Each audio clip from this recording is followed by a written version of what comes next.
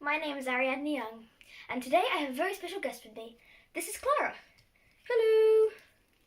Clara, do you know what you're doing here? No. Well, today we're going to talk about a very special day that's coming up. Do you know what it is? Actually, I think I do. Really? Yes. Do you want me to tell you what it is? Yes, please.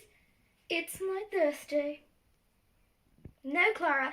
Your birthday might be coming up, and I'm sure it's very special, but we're talking about a different special day. Oh, tell me more. Well, it's called the census. It's a kind of survey that the government takes. It's got questions like how many cars you have, and where you live, all that kind of stuff. Oh, I see. So, hang on.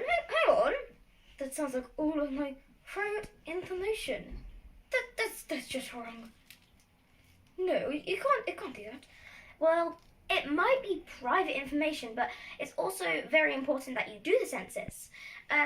Okay.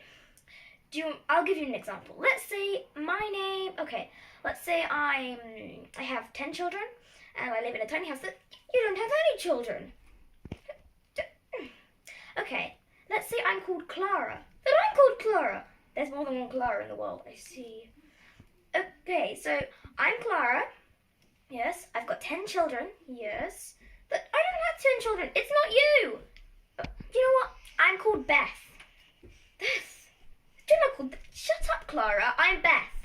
Okay, I have 10 children and I live in a tiny house.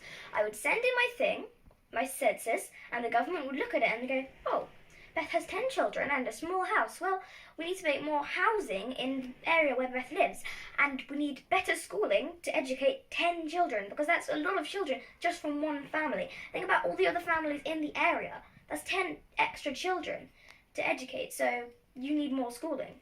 Oh, so it's a good thing. That's what I've been trying to tell you. So when you answered at the start, how many cars you have? Yes.